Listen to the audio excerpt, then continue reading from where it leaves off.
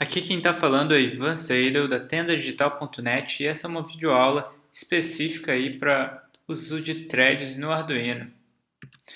Começando sobre as limitações do Arduino, né? Embora seja uma plataforma muito legal, muito utilizada e bem didática, né? Ela conta com somente um núcleo, falando aí da maioria dos Arduinos, né?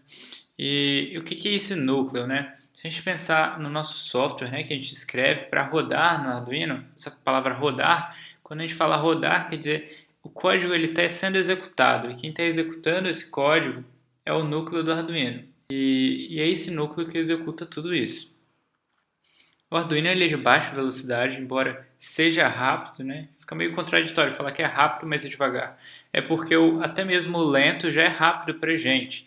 Falando aí da faixa de megahertz, né? O Arduino normalmente executa aí na faixa de 20 megahertz, ou seja, ele faz 20 milhões de execuções de código de máquina por segundo, enquanto um computador comum que tem na faixa de 2 gigahertz está executando 2 bilhões de instruções por segundo.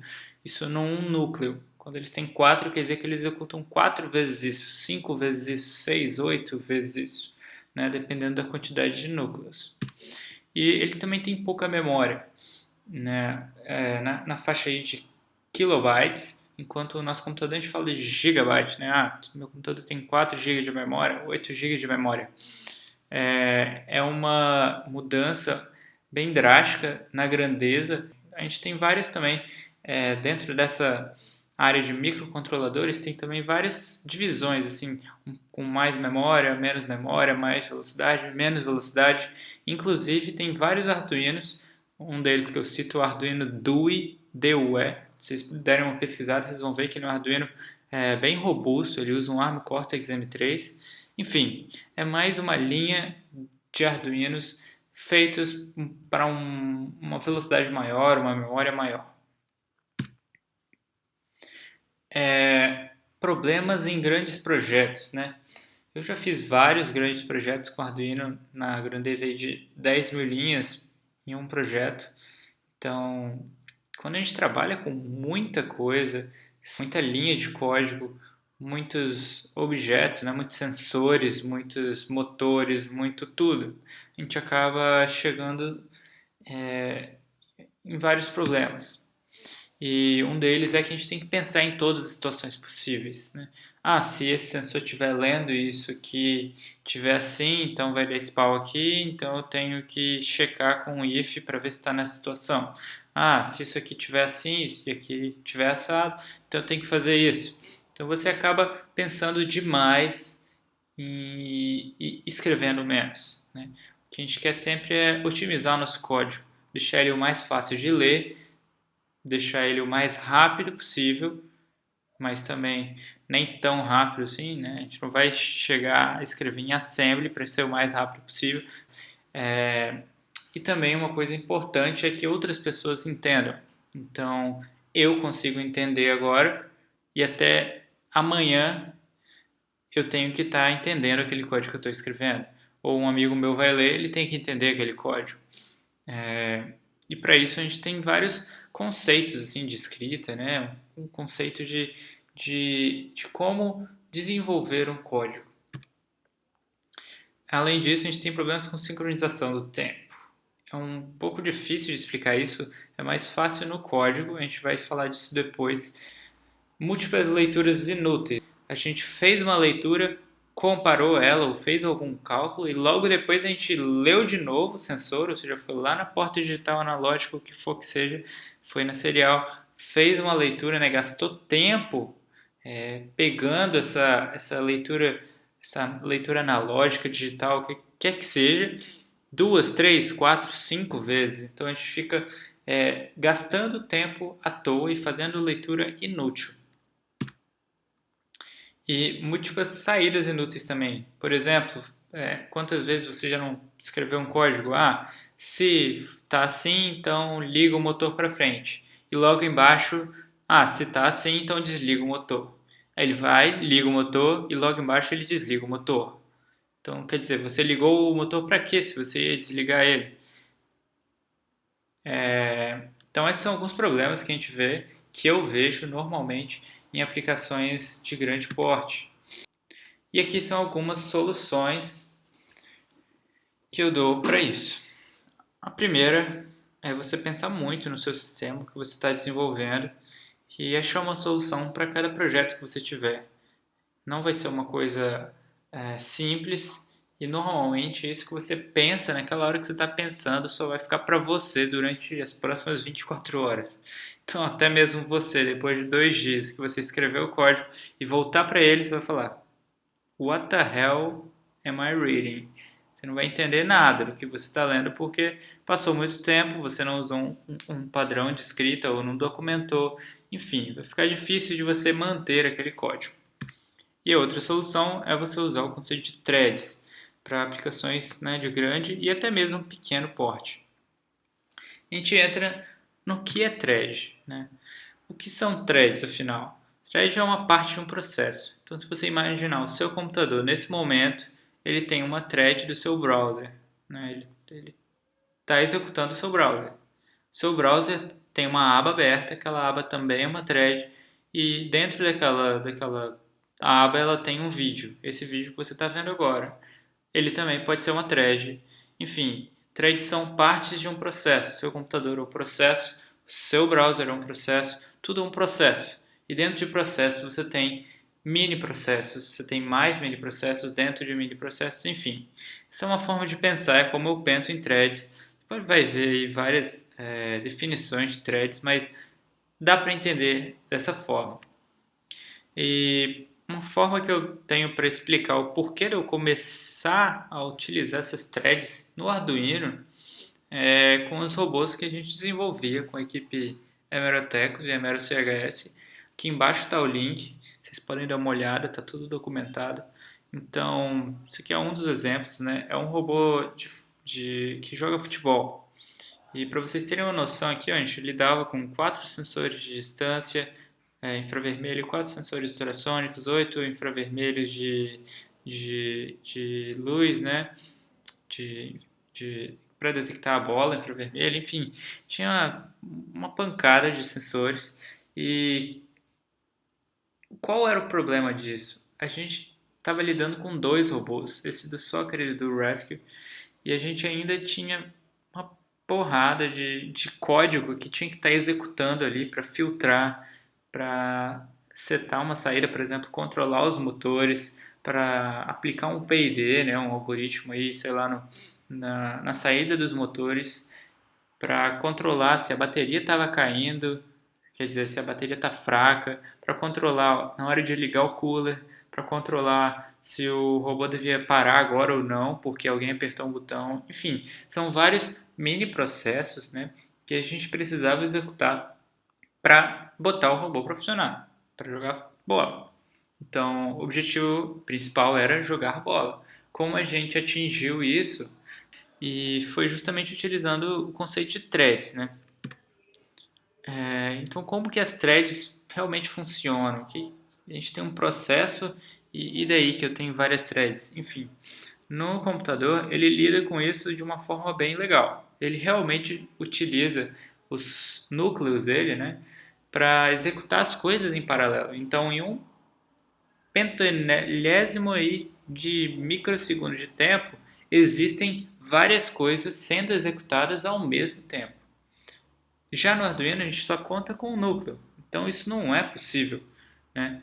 Então as threads elas são executadas ao mesmo tempo no computador e no Arduino a gente não tem como ter threads reais, né? Executar ao mesmo período de tempo várias coisas diferentes, mas a gente consegue executar em série elas. Como é rápido esse processamento, né?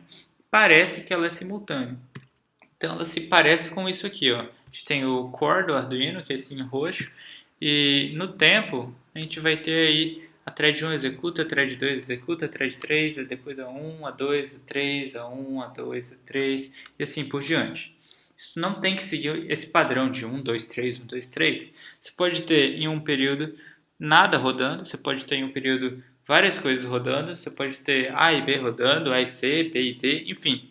Elas que definem quando elas querem rodar e quando elas vão rodar. Então, esse aqui é mais um exemplo, ó, de um outro conceito aí de threads rodando. Tem um, depois tem o 3, depois tem o 2.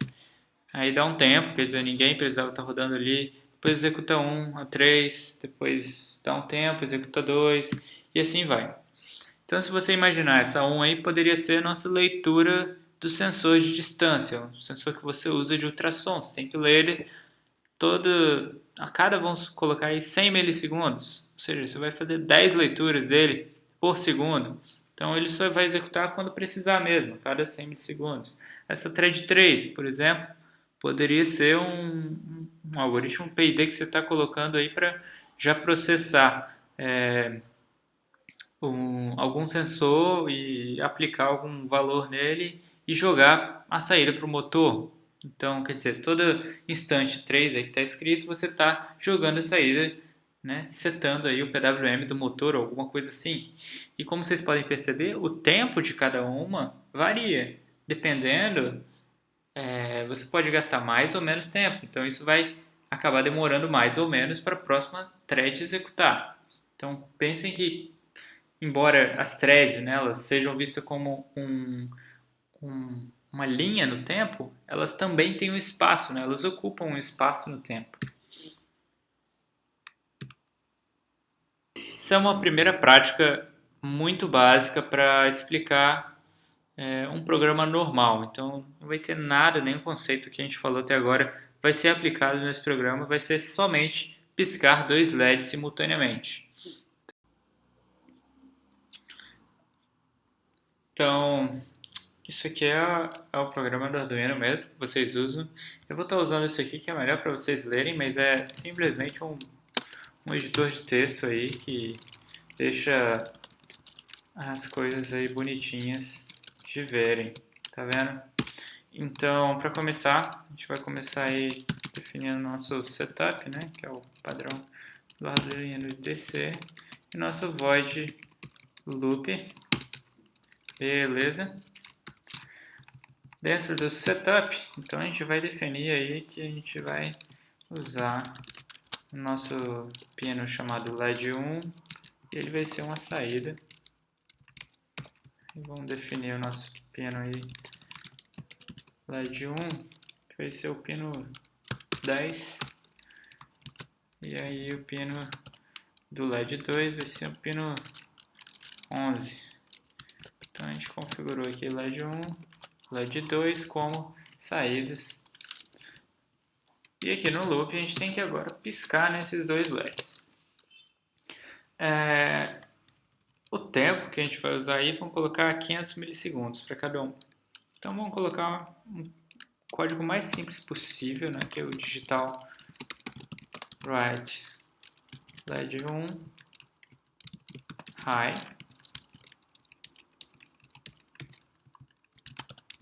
Depois eu ligo o LED2, espero aí 500 milissegundos.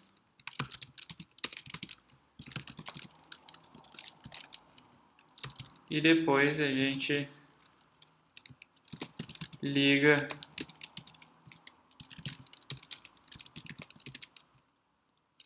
desliga, quer dizer, né, os nossos 2 LEDs. Então,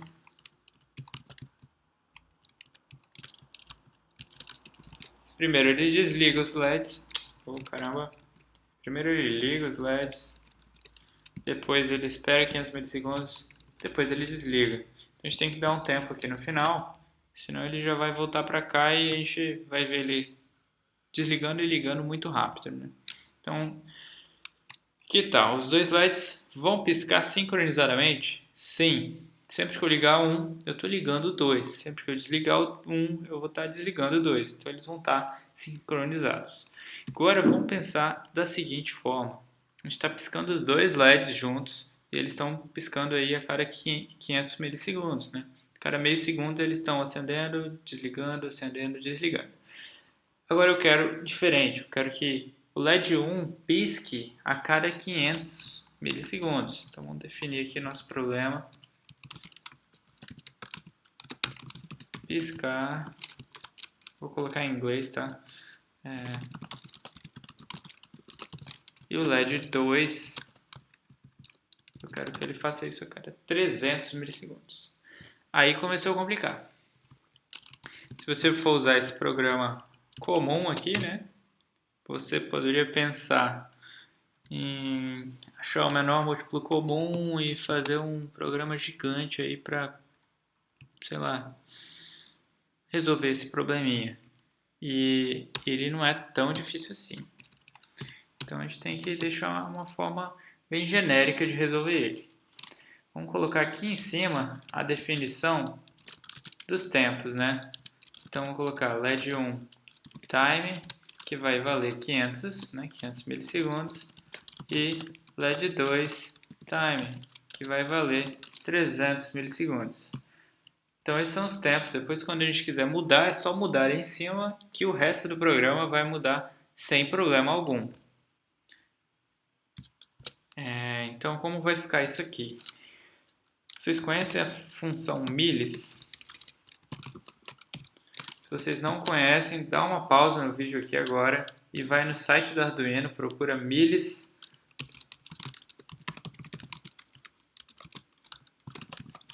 Isso aqui no Google e vocês vão achar a documentação. Dá uma lida e volta aqui.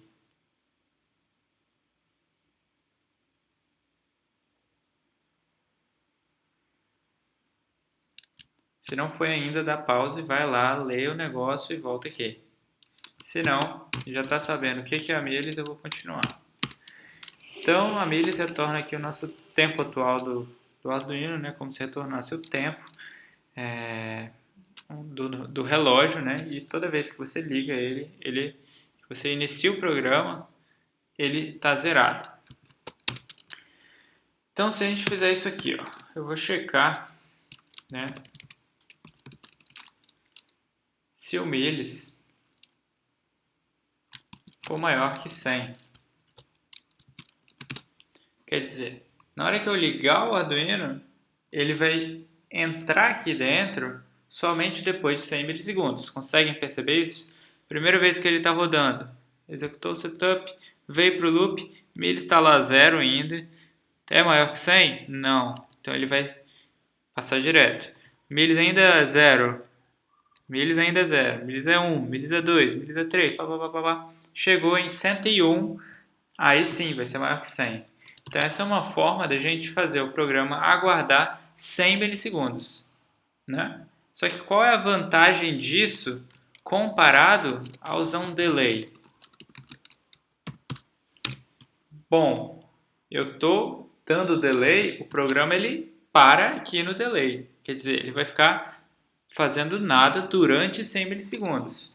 Dessa forma, como a gente está fazendo aqui, ele na verdade ele está checando, ele não está esperando.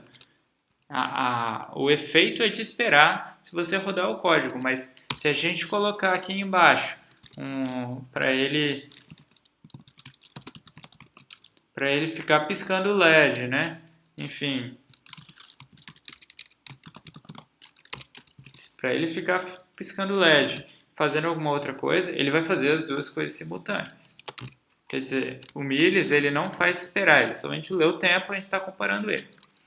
Agora vamos colocar aqui uma variável que vai ajudar a gente, e eu vou chamar ela de last execute time LED1. E ela vai iniciar em 0. Ok. Então essa é uma variável que a gente vai guardar a última vez que a gente executou, né, esse código, né? No caso, executou aí a troca do ligado para o desligado do LED 1. Agora vamos alterar essa lógica aqui para que ele só execute se passou de LED 1 time. Quer dizer, ele só vai executar, só vai entrar dentro desse if aqui, fazer o que quer que a gente queira aqui, se passou de 500 milissegundos, tá? Então, como a gente vai fazer? A gente vai pegar o tempo atual. Vamos supor que o tempo atual seja 50, né? a gente vai subtrair isso aí de last executed time LED 1. Quanto que vai dar? 50 menos 0, né? Começou em 0, vai dar 50. Então, quer dizer, passou 50 milissegundos, a diferença aqui vai ser 50. Como a última execução foi 0, né? Fingindo que seja 0. Agora, se isso aqui for maior ou igual, né, que o LED 1 time, ou seja, se essa diferença entre o tempo atual e o último tempo que a gente executou for maior que esse tempo, então significa que a gente tem que executar o nosso pisca-pisca. Beleza? Só que o que vai acontecer? Se eu executar isso aqui uma vez, a gente tem que mudar essa variável aqui. Toda vez que a gente executar, a gente vai zerar ela. Quer dizer, a última vez que ele executou foi agora. Então, quer dizer, passou 500 milissegundos. Essa frase aqui está perguntando. Passou 500 milissegundos? Sim, executou o blink. A gente vai colocar o código daqui a pouco e depois zera a nossa flag de tempo. Isso aqui vai dar um efeito de que o que está dentro do if vai ser executado a cada 500 milissegundos. Então, para a gente piscar o LED, basta a gente colocar aqui digital write, né? E a gente vai escrever no LED 1 o que a gente vai estar escrevendo? O valor dele, o oposto. Então, a gente vai colocar uma exclamação. Exclamação ela inverte. Como o digital read está retornando ou 0 ou 1, né? Ou verdadeiro ou falso, se o LED estiver aceso, né? Ou está 1, ele vai inverter, que vai dar 0, ou seja, ele vai apagar. E se ele estiver apagado, ele vai acender. Então, com uma linha, a gente está piscando o LED sem travar nos programas, sem usar nenhum delay. Essa é uma forma de você fazer um blink com LED, né? Agora vamos aplicar isso para o nosso segundo LED, né? Então a gente copiou e colou.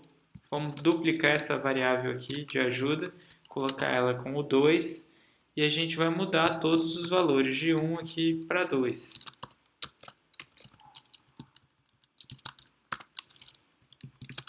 Beleza. Então aqui estão os nossos dois LEDs piscando simultaneamente, né? Sem interagir, sem atrapalhar um o outro, com o tempo que a gente definiu lá em cima por essas variáveis aqui de ajuda, né? O LED 1 time e o LED 2 time. Se você executar isso aqui, você vai ver que ele vai estar piscando direitinho. Qual que é o problema disso? Bom, se você vai piscar dois LEDs, seu projeto está ótimo, isso aqui vai funcionar perfeitamente, não tem nem por que fazer mais outra coisa. Mas a gente não está pensando em piscar LED, está pensando em aplicações maiores, aplicações mais robustas. E aí uma outra forma de você continuar com isso aqui seria duplicando e colando, né? Ah, eu tenho mais um LED, tenho mais outro LED, tenho mais outro LED, tenho mais outro LED.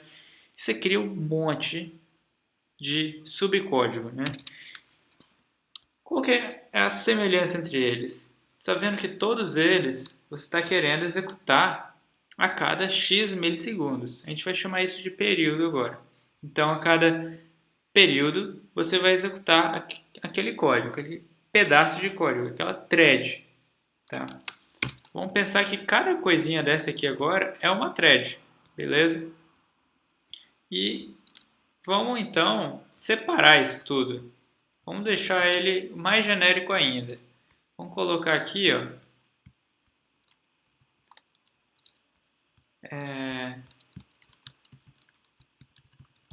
Vou chamar isso aqui de thread 1 time, thread 2 time, né? E aqui, último tempo executado em 1, último tempo executado da thread 2. Beleza. Agora a gente vai criar duas funçõezinhas, né? A gente vai chamar de thread 1 e thread 2. Então aqui dentro aqui a gente vai colocar o nosso código de acender e desligar o LED. Então aqui o nosso Digital Write no LED 1, Digital Read LED 1. Opa, aqui tem um bugzinho que faltou colocar o pino que a gente está lendo. Mas como a gente vai mudar agora não tem importância. Mas presta atenção, senão não ia dar certo aí. E fazer o mesmo para ele mudando o 2. Beleza. E aqui ao invés de colocar o blink ou o que for, a gente vai colocar executa thread 1. Vou mudar aqui os nomes das variáveis, né?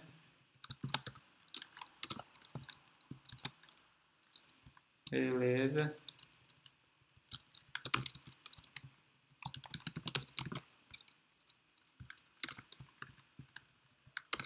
E agora a gente tem nossas duas threads sendo executadas.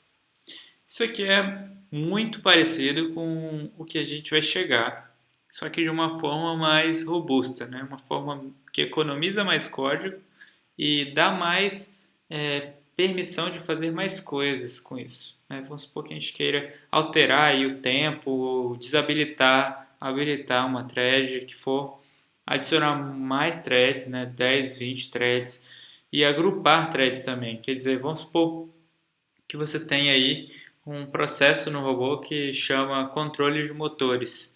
E dentro desse controle de motores, você tem uma thread para cada motor do seu robô. Se o robô tem 2, 3, 4 motores, você vai ter 4 threads. E quando você quiser utilizar esse controle de motor, ao invés de você habilitar cada um dos 4, você podia habilitar só o controle de motor, né? Esse grupo de threads, ao invés de habilitar e desabilitar as 4 threads separadas. É muito mais fácil de entender, fácil de escrever o código e fácil de manter também.